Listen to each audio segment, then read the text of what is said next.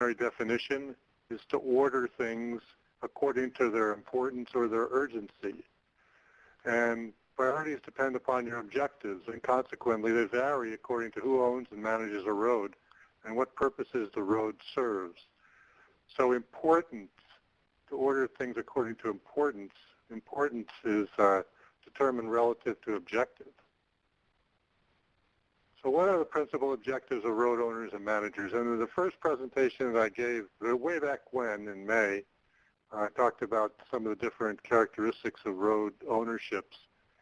And so we have public roads serving commercial, residential, recreation uses. And the principal objective of those road managers are to maintain accessibility and with an emphasis on public safety. For public roads serving resource management uses, for example, Forest Service roads or state forest roads, national and state parks, providing temporary or permanent access to areas that are undergoing management while meeting regulatory requirements. Now, that's not to say that public roads, the first category, aren't required to meet regulatory regulations, but there's some special regulatory requirements when you're dealing with resource management. In special cases, public roads serving resource management might have the goal of improving environmental performance. Private roads serving multiple uses, such as roads that are entirely contained within private properties and are used for recreation or for timber harvesting or whatever, or for residential purposes. Maintaining accessibility as required and, if applicable, meeting regulatory requirements. So the overriding objective of most road managers is to keep roads open, functional, and safe when they are in use. And we're looking at pictures that I presented the very first session of this webinar series, looking at a temporary road, a permanent county road serving residential, a seasonal road down here, and then a private residential road. So in almost all cases, the roads are supposed to stay open and functional and safe. And in today's world, we have to deal with the implementation of best management practices while meeting our primary objectives. And BMPs help guarantee that road design and function are acceptable, that there's a minimally acceptable level of quality workmanship, and that the BMPs help prevent unacceptable environmental impacts. And I have to thank Gordon Keller for being my conscience on this and suggesting that I include this slide in this presentation. So there's special cases. Regulations may require road managers to undertake specific actions to reduce environmental impacts over and above what they're required to do in terms of BMPs. So in this case on the right, on the top, we're looking at a improvement of a crossing to reduce the impacts that that crossing was having. And this was associated with a timber harvest plan. And in some cases, we have a focus on eliminating roads and upgrading roads that will remain in use. On the bottom here, we see a decommissioned stream crossing. Okay, so there are some state and federal parks, national forests, conservation organizations that have a focus on actually getting rid of roads. And we have to recognize that that's not everybody's objective, but that is an important one on some lands. So the general priorities of these different road managers are for public and private road managers who are wanting to maintain access at all times. They want to keep the roads open, or when they're closed due to weather, for example, or catastrophe of some sort, to reopen them as soon as possible. Now, in rural areas, these road managers commonly operate on very limited budgets. For managers concerned with resource management, maintaining, creating access at least cost is often an overriding consideration. In other words, they don't want to have to spend more than they have to on getting access for resource management. They want to try to minimize those costs. Prioritization, therefore, needs to address both short-term and long-term road management requirements. So Michael just went through the whole process of a road assessment. What does a road assessment tell you from my perspective in terms of priorities? Well, it tells you about conditions affecting accessibility and safety, potholes, failings, cut and fill slopes, plug ditches, and culverts, things that may have a priority for immediate attention. At-risk conditions, things such as undersized crossings, unstable fills, imminent landslides, that maybe you're not going to address today, but maybe over the long haul, you're going to want to address those at-risk conditions. And then potential opportunities for long-term improvement. Do you have some road segments that you would actually like to upgrade? Do you have some road segments you'd actually like to get rid of? Okay, so that's, from my perspective, in terms of prioritization. So those are the things that a road assessment should tell you. So from the road assessment, the next step really is to develop a road management plan. And I would say that any landowner, regardless of the size of their property or the amount of road that they have, should consider having a road management plan, whether it's 1 page or 1,000 pages, whether it's extensively documenting conditions or whether it's based on observations, qualitative observations. Having something down in writing that tells you where your problems might lie or where your maintenance requirements are, I think it's extremely important. So there can be a variable detail. I mean, like I said, 1 page, it can be 100 pages. They should include a map that shows where things are and particularly what sites require treatment, either sites that periodically need to be treated, such as clearing culverts and so on, or sites that over the long haul you want to treat if funding allows, or you're able to fit that into your program. So treatments can include annual maintenance activities, road improvements, and or restoration and closures. And they should be scheduled over the planning time frame along with the costs and sources of funding. So you should basically have, in the old days when we talked about road programs at public agency, they had what were called capital improvement programs and maintenance programs. And every person who's concerned with some amount of road that they have to manage over the long term needs to consider both their short-term capital needs as well as their longer-term capital needs. So here's an example, and this you might want to look at it full screen. This is it's a partial road management plan from the Hopland Field Station, which is operated by UC. Pacific Watershed Associates, Bill Weaver, who will be presenting next week at our webinar, developed this based on an assessment. And so the numbered sites that you see there are sites that require treatment. And, those sites are also prioritized in terms of which ones should we treat first. So some examples of prioritization, and here I'm going to talk about 3 things. I'm going to talk about prioritization of county road maintenance activities. I'm going to talk about prioritization of fish passage projects and prioritization of sediment reduction projects. And I can only really touch on the latter 2, and so for the detail that you need to actually do these prioritizations, a very good source of information is the Department of Fish and Game Salmonid Habitat Restoration Manual, and specifically for fish passage and for sediment reduction, chapters 10 and 12.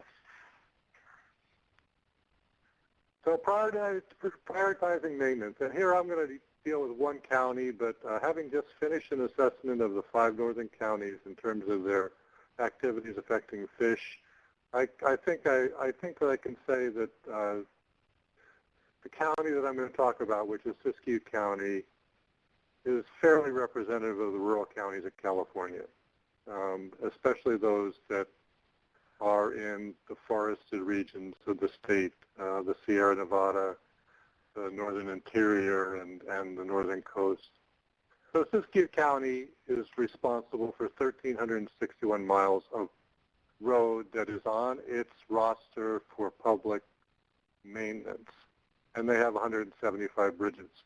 And over a third of these roads are unpaved. Now, back in, I think, 1948 or sometime around then, by one fell swoop, these roads were put on the, on the public roster for maintenance.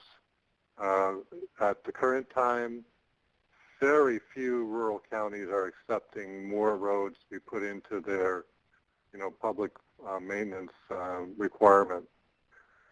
So, hard pressed to get more roads onto the public road maintenance schedule. Currently, the county receives about $9 million a year to manage its roads. The road department's highest priority is to provide needed maintenance to protect its investment and to provide for improvements to safety, capacity, and serviceability of roads. So that is its number one priority. The county's got 6 road maintenance districts, and each one of these roads maintenance districts has a road supervisor. The road supervisor is intimately familiar with the conditions within their district. And so the priorities for maintenance in those districts is generally based on his or her site-specific knowledge. So some typical priorities: ensuring that county roads are open to users at all times, and that includes responding to emergencies except for seasonal closures. Okay, so people use these roads to get to their houses, to get to their businesses, and so on, and the number one priority of the county is to make sure that these roads are open for them. Conducting maintenance to ensure the safety of the public, and that includes plowing and sanding roads, filling potholes, removing debris from roadways, etc. So, that if a tree comes across the road, the phone rings at the county, and someone goes out and bucks it up with a chainsaw and moves it out of the road. Replacing structurally or operationally deficient structures. And so some of the projects that I observed when I did my assessment in Siskiyou County this last year were the replacement of structurally deficient bridges, replacement of culverts that were failing, and so on. And so this is a third priority. Undertaking maintenance that will protect or prevent road closures or failures, clearing ditches and culverts before the winter, brushing to maintain visibility, maintaining road surfaces, essentially making sure that roads are passable. Now, finally, when it comes to sort of the maintenance, higher priority maintenance activities, resurfacing roads and maintaining gravel surfaces as funding and staffing permit. And here's where here's where the rubber starts to hit the road. Those things, the foregoing things, are done, to the degree possible within the limits of the county's road budget. When we start to get into things such as improving environmental performance of roads, this typically depends on augmentation of baseline road budgets and obtaining grants. Okay, so within the $9 million that the county spends, they can keep up with those things that were on the previous slide. But when it starts to get into things such as, well, let's turn an in-slope road into an out-slope road, or let's upgrade a culvert to enhance fish passage. Those kinds of things depend on additional funding. Closing or relocating roads that are in favorable locations, well, sometimes it's a good idea. As we mentioned, there's some state and federal entities who focus on this kind of thing. For counties, a lot depends on whether or not the Board of Supervisors and the users will support such a closure or a relocation. Plus, somebody has to augment budgets to allow this to happen. Now, I've seen situations where, counties basically close the road by just taking it off their road maintenance list. Well, that's not closing a road. I mean, we're not talking about closing a road in that way. We're talking about putting a road to bed or decommissioning a road. And that kind of activity really depends on external funding. So for routine maintenance, you might be surprised to know that funding for road management is not derived from property taxes or from the general fund. It's from other state and federal sources. It's always less than the work. The funding is always less than the work that needs to be accomplished. And cuts in funding are anticipated. So let's back up a little bit here and talk about those augmentation funds. Okay, so when you have an emergency, such as a road closure due to a flood, the county responds by spending its reserves to restore road functionality. It can then seek reimbursement from the Federal Emergency Management Agency for the costs it incurred to address that emergency. Now, on the right there, you see a bunch of cut slope sloughing onto a road and blocking the ditch, potentially causing a diversion. Is that an emergency? Is that reimbursable? Probably not. If the road does get washed out, then it may constitute a road closure and an emergency that might be reimbursable. If it's a project aimed at improving environmental performance, such as FIST passage, those are generally funded by state or federal grants in most rural counties.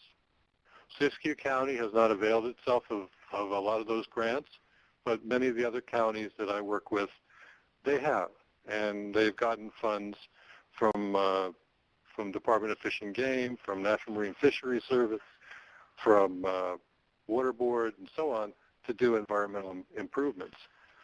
On the right over here, you're looking at a bioengineered slope on the Scott River, which was undertaken because the road was failing. Is that restoration or is that maintenance? Was that funded from outside dollars or not? I mean, there's kind of a fine line there. The county could apply for funding to do this kind of a treatment and say that it's a restoration project or that it's going to provide benefits to fisheries. But in many cases, this is really maintenance. It has to come out of the maintenance budgets. So what are the issues with rural county road management, given all this? Well, rural counties are large. Now, we talked about, the funding for roads doesn't come from local property taxes or from the general fund. Highway users tax is one of the main sources of funding for county road budgets.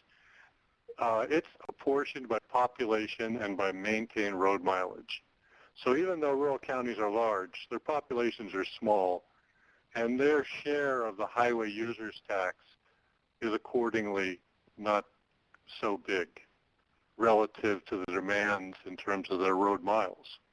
It's a limited source of funds. Many rural counties depend on federal funds derived from national forest timber harvesting or related offsetting legislation. These revenues are unstable and generally declining. Other sources of state funding are expiring. There is also a shift in priority favoring private contracting versus public sector doing the work. This is going to reduce the quantity of road work that can be done. In other words, the counties are anticipating that their funding, baseline funding, is going to decline in the future, that they're going to have to lay people off, or they're not going to be able to do the work that they want to do, and that the work that they have to do, some of it's going to have to be contracted, whereas they would have been doing it with their road crews. So the bottom line is road management funding is declining, is affecting staffing and the ability to do the required work. And as I said, although we're talking about Siskiyou County here, I think this is pertinent to all of the rural counties, particularly those that depend on national forest timber harvesting or have in the past. Now, couple that with the fact that many rural counties, particularly on the coast, include watersheds and streams that are listed as impaired. And there's an expectation that efforts will be undertaken to reduce sources of impairment in those watersheds. Now, that means that there are roads maintained by the county within those watersheds that are currently identified as sources of sediment. And there's an expectation that those the environmental performance of those roads is going to be improved. But the question is, where's the money going to come from? All right, so moving from the county situation to some more specific prioritization, let's look at fish passage. And again, this is one you might want to look at full screen if you want to see that, that map. The map is current as of 2006. It may not be right up to date, but it's the best I could do out of my files. Fish passage improvements are, at the present time, they're prioritized geographically. So they're focused within the ranges of threatened and endangered species at the present time. And within those ranges, there's further emphasis that's placed on specific watersheds that have been earmarked through recovery plans or other sources as places where there's an emphasis on recovering the populations. Now that might change in the future. Evidently there's a movement afoot to prioritize fish passage on some other basis, a modeling basis. But I don't know enough about that to say anything rational, so I won't say anything at all.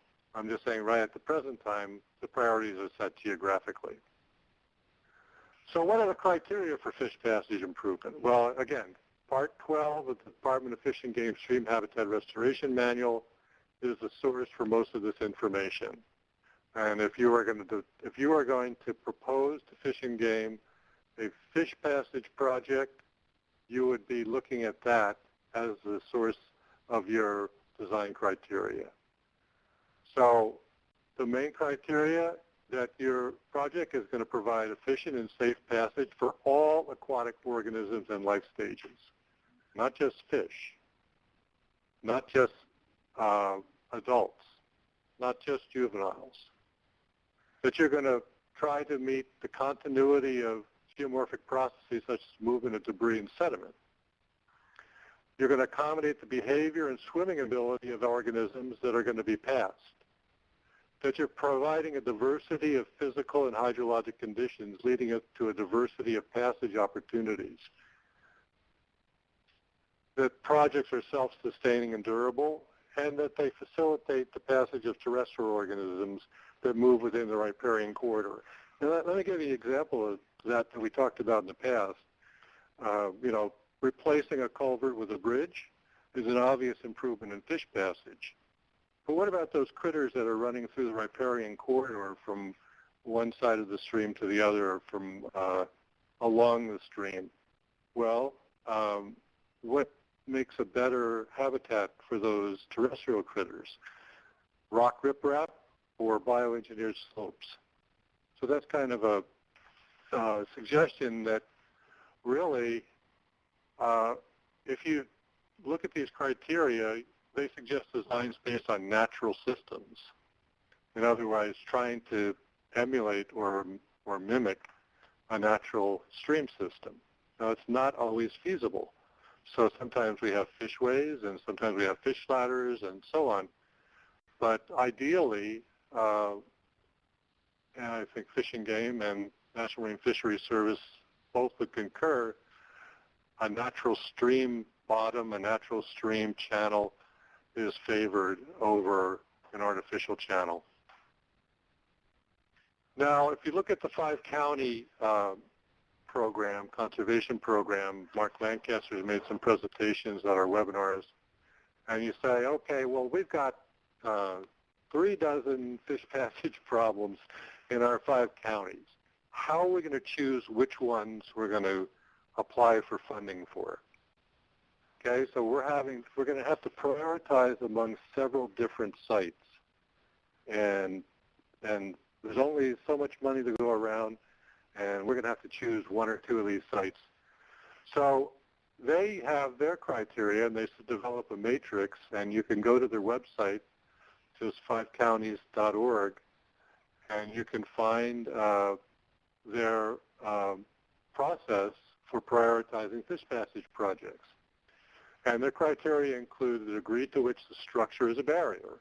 I mean, it is a barrier to one life stage, to all life stages, to some species rather than other species.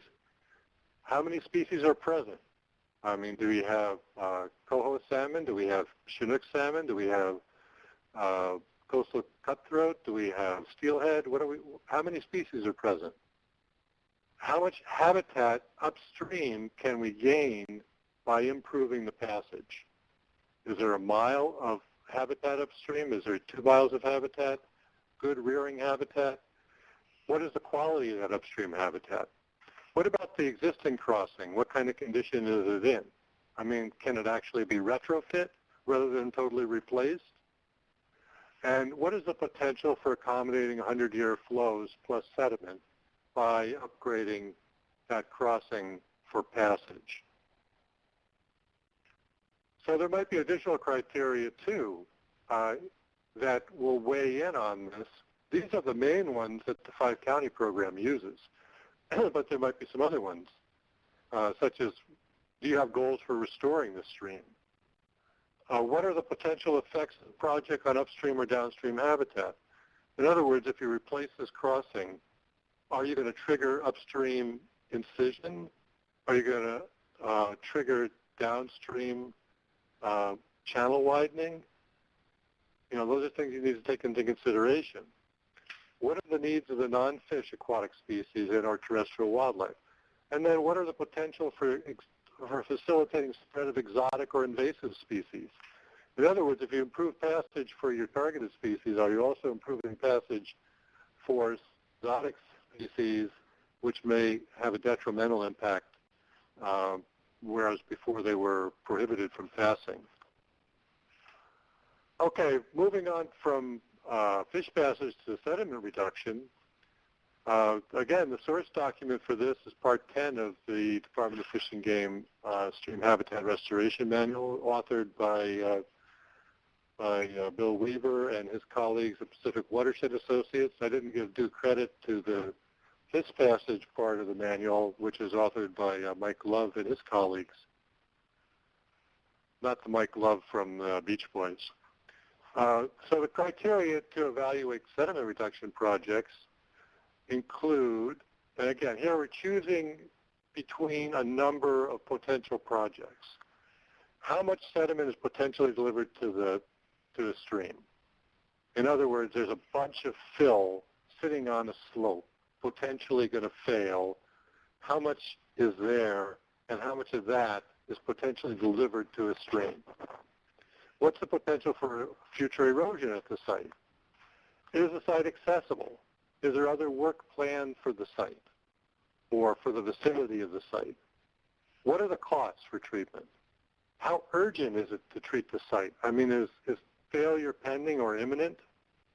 And then, unlike fish passage, where cost effectiveness is not necessarily going to be a principal criterion. In other words, you're not going to say, well, how many pounds of fish am I going to get for my dollar of investment? In terms of prioritizing sediment reduction, cost effectiveness is important. And so it's one of the main bases for choosing a project would be that it's cost effective, a number of dollars spent per cubic yard saved. The project should meet established cost effectiveness criteria, result in significant sediment reduction, and have an immediate need for treatment. That's sort of the bottom line. If you meet those 3 criteria, then you got a good project. There's other potential benefits that might be realized that can weigh into this, and those could include protection of water supply. I mean, is your sediment source in a watershed that delivers municipal water supply? Are there endangered species present? You know, there might be other potential benefits that are going to weigh in on this. Now, you have to recognize that cost effectiveness is going to vary due to regional differences. So what it costs to operate a CAT in Humboldt County or an excavator in Del Norte County is going to be different than what it costs to operate an excavator in San Bernardino County. So cost effectiveness is going to vary depending on regional differences in operational costs. It's better to treat groups of sites rather than individual sites, treating biologically important subwatersheds first, and then urgency of treatment or the potential effects on critical resources may trump other criteria. So if you've got if you're in a TMDL watershed, that's going to receive a higher priority than if you're in a watershed where sediment impairment is not a problem. So in conclusion here, there are some trump cards. You know, we've talked generally about how you would do this sort of in an academic way. I mean, the county example is real life, but when it comes to fish passage and sediment, you know, a lot of that stuff is based on the application of scientific principles and modeling. But the real trump cards that can